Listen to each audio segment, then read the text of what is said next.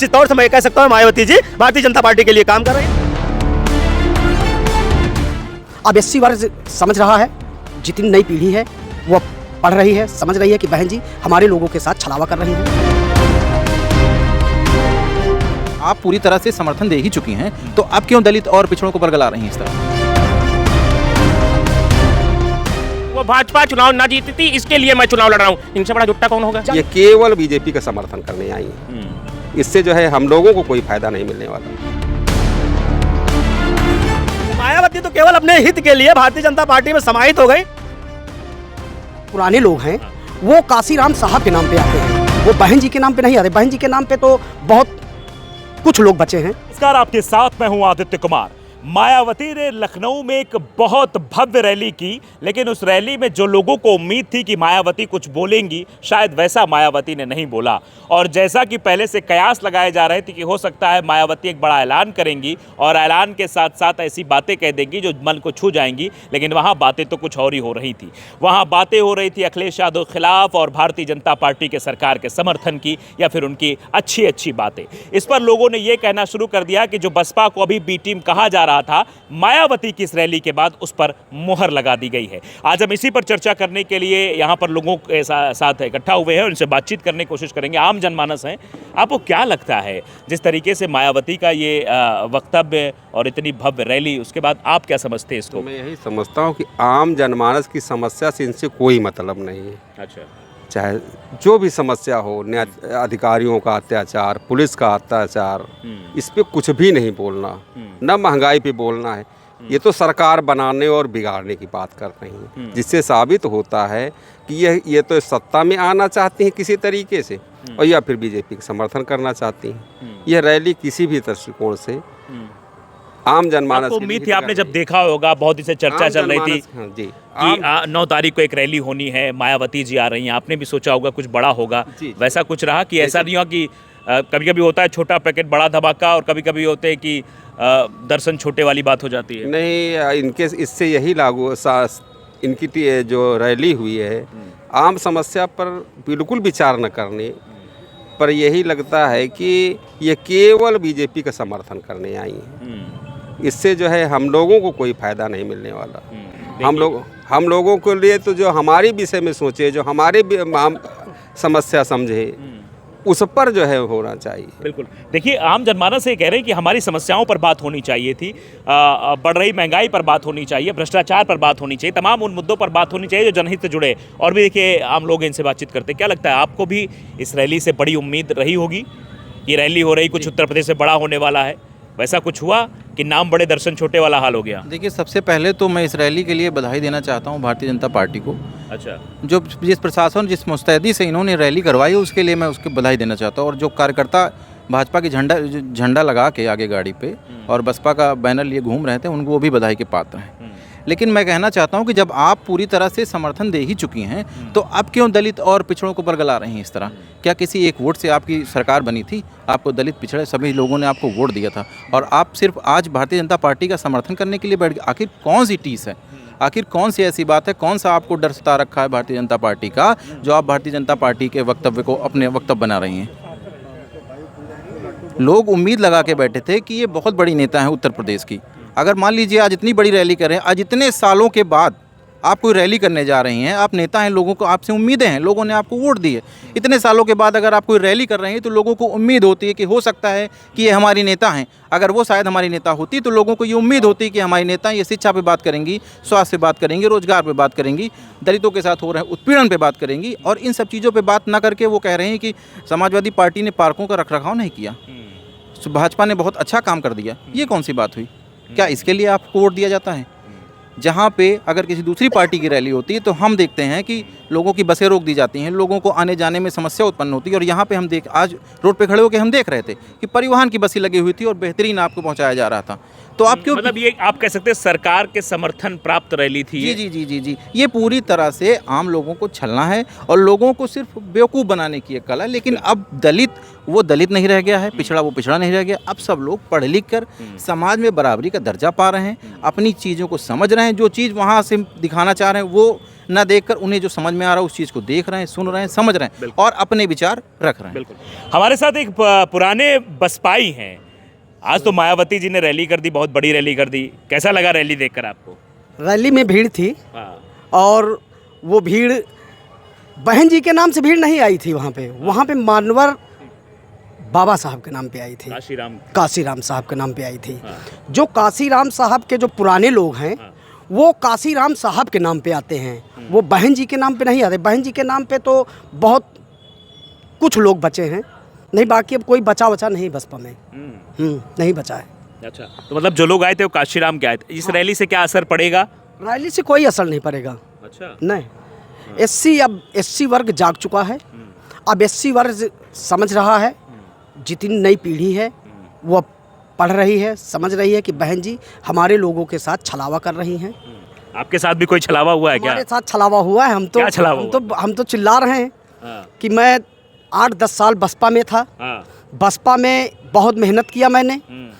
बहन जी के यहाँ समझ लो, मैं जब इतना हकीकत ज़मीनी है कि मेहनत किया और बहन जी अपने कार्यकर्ताओं से मिलने के लिए अगर पैसा लेंगी तो कौन पैसा लेता है? झूठ बोल रहे हो आप। कौन पैसा नहीं, बहन जी देखिए, बहन जी को मालूम हो चाहे ना हो, लेकिन मैं आपके द्वारा से मालूम भी कराना चाहता हूँ बहन जी को कि इस पे संज्ञान लें और नहीं तो सारी पार्टी गर्द में। कितना पैसा लिया जाता है? 2-4 रुपए, 5 रुपए? 5 रुपए नहीं, 100 रुपए, 500? 25,000 रुपए से मिलने की स्टार्टिंग है बहन जी के यहाँ। अच्छा, कार्यकर्ता से, अन्य से तो ज्यादा।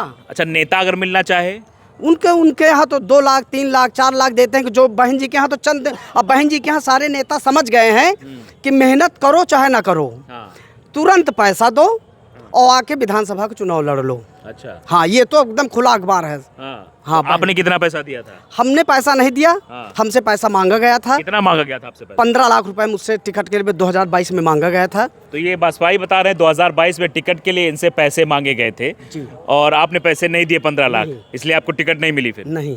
और मैंने समझ लो बसपा का कट्टर सिपाही था, रायबरेली में बसपा को जिंदा किया हुआ था। जिस दिन से मैंने बसपा छोड़कर मैं दूसरी पार्टी में शामिल हुआ, तब से बसपा यहाँ से ख़त्म भी हो गई। क्यों भाई, मानते हो कि नहीं आप लोग? मैंने जिंदा किया हुआ था। जब मैं हर साल मेरा एक बाबा साहब परमार दिवस पे काशीराम साहब के उस पे बैनर पोस्टर होल्डिंग लगवाते थे हम, उसमें 20-50 हज़ार रुपये मैं खर्च करता था। तो अब बताइए, मैं पार्टी के लिए 50,000 खर्चा करूं कि मैं टिकट के लिए पैसा दूं कि मैं बहन जी से मिलने के लिए पैसा दूं? बहन जी से मिलने के लिए 25,000 रुपये होने चाहिए, बहन जी से टिकट लेने के लिए 15 लाख रुपए होनी चाहिए। ये एक फेरिस्त है। एक ऑडियो भी नसीमुद्दीन सिद्दीकी का वायरल हुआ था जिसमें टिकट के नाम के पैसे की बात उजागर हुई थी और उसको लेकर खूब चर्चा हुई थी। उसके बाद नसीमुद्दीन ने टाटा बाय बाय। भैया जो कोई टिकट लेके आया, मेरा जब टिकट कटा तो उसने मेरे पास फ़ोन किया, कहा कि भैया टिकट लें। तो हमने कहा कि भाई साहब 5,000 वोट पाओगे। 47 वोट पाए थे सदर में, 47 वोट। मैंने बोल दिया था पहले कि 5। भी हो क्या तुम? ज्योतिषी नहीं है। हमने जमीनी हकीकत जब मेहनत किया, ये था कि हम चुनाव अगर बहन जी की पार्टी से लड़ते तो जीतते तो ना, ये भी नहीं कहते, लेकिन बीजेपी जीत भी न पाती यहाँ से। मतलब बीजेपी को जिताने के लिए दिया गया था टिकट? जी, बीजेपी को जिताने के लिए टिकट दिया गया। पहले से बी टीम का काम कर रही है जी बसपा। जी। अच्छा, देखिए और भी लोग हैं। कहा भैया ये तो कह रहे हैं कि बी टीम है, लेकिन आज जो वक्तव्य आया मायावती का उससे और लोग चिल्लाने लगे हैं। आपको क्या लगता है? देखिए, जैसा कि सारे लोगों को जानकारी है कि मान्यवर कांसीराम ने समाज के लिए इतना काम किया और उसका लाभ लेते हुए मायावती जी राजनीति में कांसीराम जी लेके आए, उन्होंने आगे किया।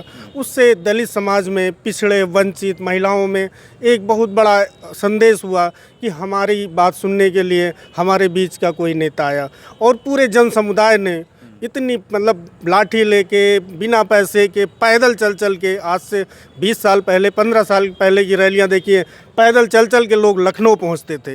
ये लोगों के अंदर जज्बा था कि बदलाव होगा, हमें समानता मिलेगी, समाज में इज्जत मिलेगी, आने वाली पीढ़ियां हमारी। तो क्या मायावती मान्यवर काशीराम के रास्ते पर चल रही है? सीधे जवाब दीजिए आप। मैं सीधा जवाब इसलिए अभी थोड़ा घुमा के दे रहा था कि जिस हिसाब से मायावती ने ये सब अपने राज सत्ता और सब अपना स्थापित करने के बाद फिर वो बिल्कुल उस रास्ते से पदभ्रमित हो गई। आप यहाँ तक देख लीजिए कि उन्हीं का भतीजा आकाश आनंद, जब वो उसकी नहीं है, उसने बीजेपी के लिए दो टूक एक शब्द कहे थे और उसको बेइज्जत करके पार्टी के सारे पदों से निष्कासित किया गया था। तो कुल मिला के ये समझिए अन्ना आंदोलन की देन बीजेपी ये बताइए मुझे, आप एक लाइन पे बात करते, क्या मायावती भारतीय जनता पार्टी से डरी हुई हैं या भारतीय जनता पार्टी को समर्थन दे रही हैं? क्या कहना चाह रहे हैं? अब ये तो एक मजाक लगेगा, किसी बच्चे से भी पूछ लीजिए, आप इससे भी पूछ लीजिए, जितनी जनता वहाँ गई थी वो अपने आप को ठगी महसूस कर रही थी, क्योंकि लोगों के अंदर समाज में बराबरी का अधिकार पाने के लिए अभी भी जद्दोजहद है, और जो आज थी मायावती ने वो ख़त्म कर दी। अगली रैली में 5000 भीड़ नहीं जाएगी। क्या कह रहे हैं, अगली रैली में भीड़ ही नहीं आएगी, ऐसा कह रहे हैं ये तो सब? नहीं, बिल्कुल सही कह रहे हैं। यदि आप अपने वोट को जो है दूसरे के झोली में डाल देंगे तो आपका अपना अस्तित्व खत्म हो जाएगा और आपको नेता मान रही जनता अनाथ हो जाएगी। बहुत सही कहा इन्होंने। और मायावती जी के मैंने भाषण सुना है, 9 साल से समाजवादी पार्टी सत्ता में नहीं है, लेकिन आरोप किस पर थे? समाजवादी पार्टी पे थे। सवाल होना चाहिए सत्ता पक्ष से। मायावती सवाल किससे कर रहे हैं? कांग्रेस से, सपा से। इससे साफ तौर से जाहिर होता है कि ये भारतीय जनता पार्टी के लिए काम कर रहे हैं, क्योंकि भारतीय जनता पार्टी की जग जाहिर भी टीम है। मायावती 4 बार मुख्यमंत्री रही और बहुत इन्होंने केवल दलितों के वोट को सौदा किया है। ये दलित का वोट लेकर रहनुमा तो बनी रही, लेकिन दलित उत्थान की कभी बात नहीं किया। अगर दलित उत्थान की ये बात करती, दलितों का उत्थान कर देती, आज दलित जो है दर दर मारा जा रहा, अपमान का घूंट पी रहा है, तो आज ये ठोकरें नहीं खाता। आपने देखा हो जितनी सबसे ज़्यादा एनसीआरबी की रिपोर्ट है, ये मेरी रिपोर्ट नहीं, एनसीआरबी की 2023 की रिपोर्ट है, उत्तर प्रदेश दलित अत्याचार पर नंबर 1 बन गया है योगी राज में। तो आप कहाँ जा रहे? मायावती तो केवल अपने हित के लिए भारतीय जनता पार्टी में समाहित हो गई। और भाई साहब तो अभी बता रहे थे, वो भीड़ उनकी नहीं थी, वो भीड़ भारतीय जनता पार्टी के व्यवस्था द्वारा भेजी गई भीड़ थी और प्रशासनिक भीड़ थी। प्रशासनिक लोगों ने उनकी मदद किया है। मायावती का जमीन पे कुछ बचा नहीं है। 4 साल से एक बयान नहीं आया। जो नागपुर के कार्यालय से मायावती को बयान दे दिया जाता था, वही बयान मायावती जी पढ़ देती। बिना पढ़ के बयान दे ही नहीं सकती। तो ये लिए तो पहले भी वो पढ़ के ही बयान देती, तो हमेशा उनकी आदत रही है। तो मायावती जी अभी तक कहाँ सो रही थी? जब एक दलित, मैंने पहले भी कहा, जब एक दलित इस देश के चीफ जस्टिस ऑफ इंडिया गवाई साहब पर एक जूता मारा जाता है, तो क्या वो दलित नहीं है? उनको जूता इसलिए मारा गया क्योंकि वो दलित है। उस संविधान पे हमला किया गया है, दलित पे हमला किया गया है। मायावती जी को बड़ी लीडर है और दलितों की नेता मानी जाती है, उनको बयान देना चाहिए था। आपने देखा होगा हरिओम वाल्मीकि की ऊंचाहार में निर्मम तरीके से हत्या हो गई है, ये नेशनल मामला हो गया है, लेकिन मायावती का बयान नहीं आया है। उनके कानों में जू नहीं रेंगे हैं, उनके कान में जो है उंगली नहीं जू रेंगते रहे, लेकिन आज तक उन्होंने कोई बयान नहीं दिया। क्या साबित करना चाहती? आप निश्चित तौर से मैं कह सकता हूँ मायावती जी भारतीय जनता पार्टी के लिए काम कर रही है और मैं उन्हें शुभकामनाएं देता हूं कि भारतीय जनता पार्टी के लिए यूं ही काम करती रहे। कर लीजिए। शुभकामनाएं दे रहे हैं कि भारतीय जनता पार्टी नेता के लिए काम कर रही है, भारतीय जनता पार्टी के लिए काम कर रही है। बिल्कुल बिल्कुल, बहुत बहुत धन्यवाद हमारे माननीय नेताजी को, समाजवादी पार्टी के लिए कि जिन्होंने जो है आज अब हमें बताया, तो हमें लग रहा है कि मेरे दोनों हाथों में लड्डू है और इस लड्डू को, दोनों हाथों को मैं लड्डू को खूब ग्रहण कर रहा हूँ। बहुत खुश भी हूँ और खुश इस नाते भी हूँ कि दलित समाज की जो हम सेवा कर रहे हैं, भारतीय जनता पार्टी लगातार पिछले 10 वर्षों से हजारों लाखों करोड़ों, जब सुलभ शौचालय आया था, जब सुलभ शौचालय आए थे, तो आप समझिए जो है, जब लोटा में पानी लेकर हमारी माताएं बहनें जब रोड पे जाती थी शौच के लिए, आज वो उससे जो मुक्ति दिलाई है माननीय प्रधानमंत्री मोदी जी ने। और इसी बात को लेके जब एक उफान चला था सुलभ शौचालय को लेके, प्रधानमंत्री आवास को लेकर के, आज देखें आपके गांव-गांव, गली-गली, हर जो है घर में हम अब स्वच्छ जो है पानी देने का काम करने जा रहे हैं पूरे देश में। तो दलित, ये ठीक है, आप अपनी योजनाएं बता रहे हैं, वो ठीक है, लेकिन ये सवाल जो उठ रहा है, ये उठ रहा है, क्या बीजेपी का कैडर डाउन हो गया था क्या, कि मायावती की जरूरत पड़ रही बीजेपी को? नहीं, बीजेपी का कैडर कोई डाउन नहीं, बीजेपी के साथ में लोग आ रहे हैं। हम तो समुद्र हैं। हम धीरे-धीरे लोग जान चुके हैं झूठा पार्टी है। इनके माननीय प्रधानमंत्री जी भरी सभा में दिल्ली में बोल के आए कि सारी सुविधा बंद नहीं होगी, लेकिन सारी सुविधा जनता की बंद कर दी गई। औरतों को 2,500 का लॉलीपॉप दे करके वो भी बंद कर दिया। और आज मैं चैलेंज कर रहा हूं कि दिल्ली में चुनाव करके दिखा दे, 70 की 70 सीट अगर केजरीवाल जी न जीत ले तो चैलेंज है। पहुंचा दिया लखनऊ के मामले में। ये इनकी पार्टी में झूठे हैं सब लोग, झूठे पार्टी है ये, झूठा पार्टी बड़ा हाँ, है। झूठा भैया पार्टी। सबसे पहले इसलिए लोग कहते हैं झूठा पार्टी। अच्छा ठीक है। भैया की बात का जवाब हम देना चाहेंगे। केवल इनकी बात का जवाब देंगे और कुछ नहीं देंगे। सबसे बड़े झूठे तो ये हैं।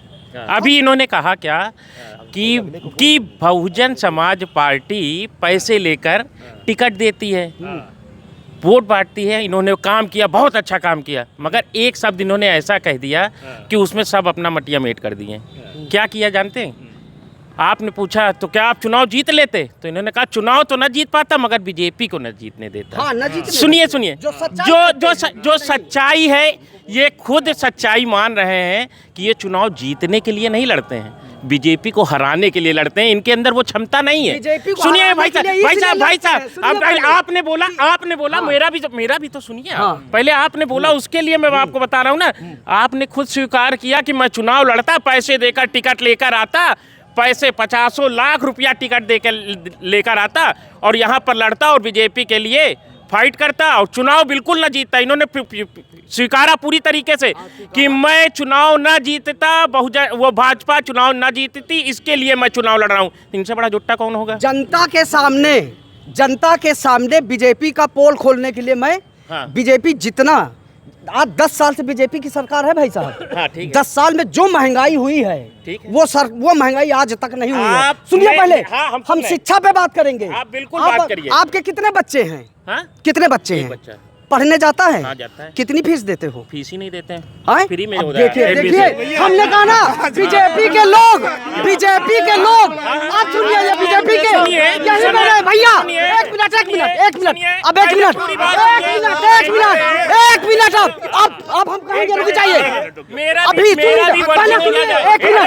मिनट अब हमारा सुनिए, अब हम कहेंगे, सुनिए अभी मैंने एक वीडियो जारी किया है, उसमें शिक्षा को लेकर के, एक मिनट, शिक्षा को लेकर के मैंने वीडियो जारी किया।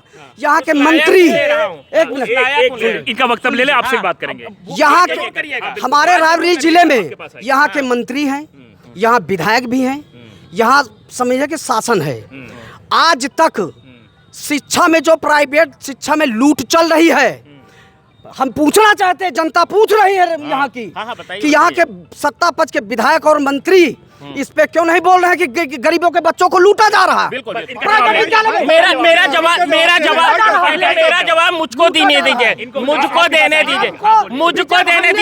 अरे भैया, आपने बोल लिया, हमने कहा एक मिनट, अभी जवाब हमारा बाकी है। आपका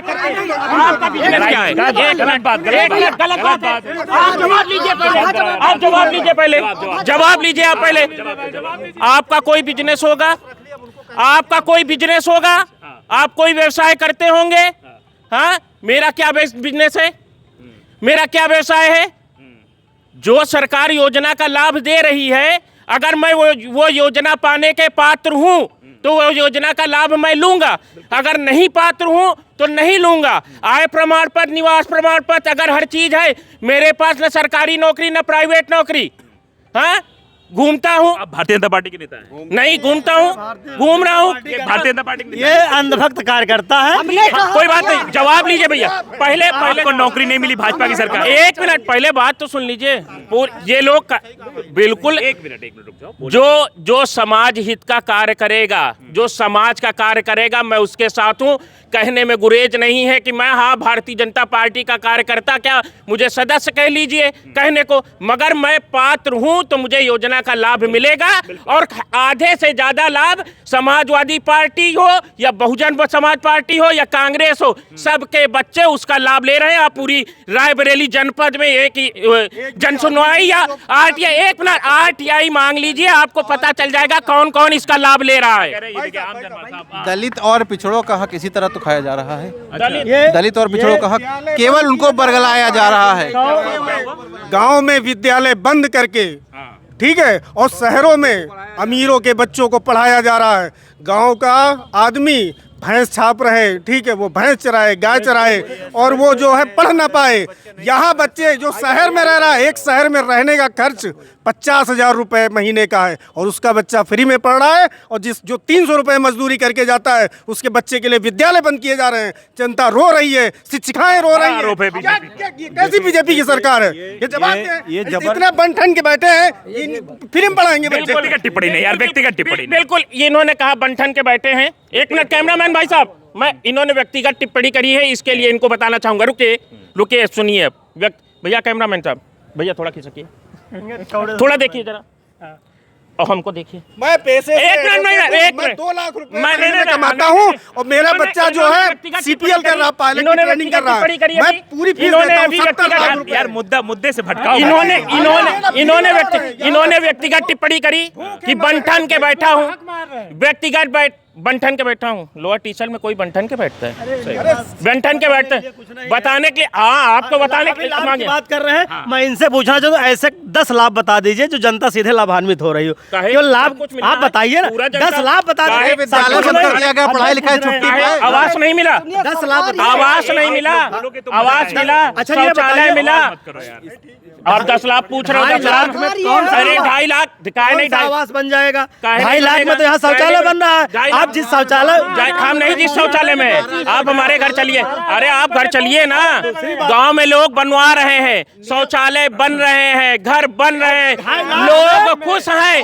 जिनके भी प्रधानमंत्री आवास बने हैं, जिनके भी प्रधानमंत्री आवास बने हैं, भाई साहब का जो आरोप है वहाँ आप जाके सर्च कर लीजिए, वो खुश नहीं है। गिर गई हैं, शौचालय की कितनी छतें गिर गई हैं, लोग चुटहिल हो गए हैं। 6,000 रुपए का 7200 का 1,000 ईंटा आता है। कई सारे प्रधान होंगे जो ले रहे होंगे, हमारे नॉलेज में तो नहीं आते हैं। हाँ बोलो। इनके लिए एक शब्द है कि आपने इतना सब बोला है, लेकिन आप लोग किसान के बारे में एक शब्द नहीं बोले, क्योंकि आप भी बोलना चाहिए। यूरिया की जरूरत रहती है, अभी तो समय यूरिया नहीं मिल रही क्या?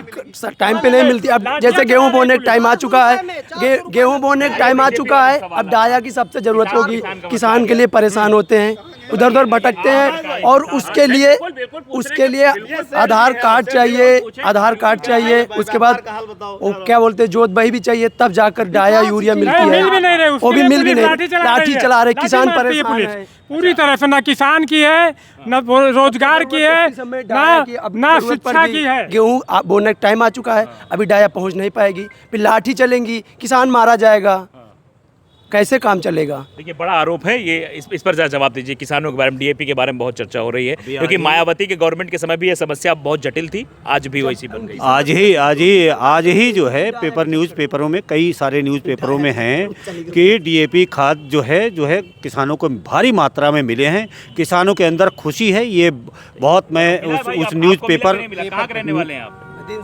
दीन सागर। आपको मिला है खाद? नहीं, समय से नहीं मिल पाता कोई चीज़। जब बाहर मिलता है वही चीज़, लेकिन जैसे कोऑपरेटिव नहीं मिल पा रहा, हमको डरना है। मतलब बाहर मिल रहा है, नहीं पता है कि किसान को खाद कब चाहिए।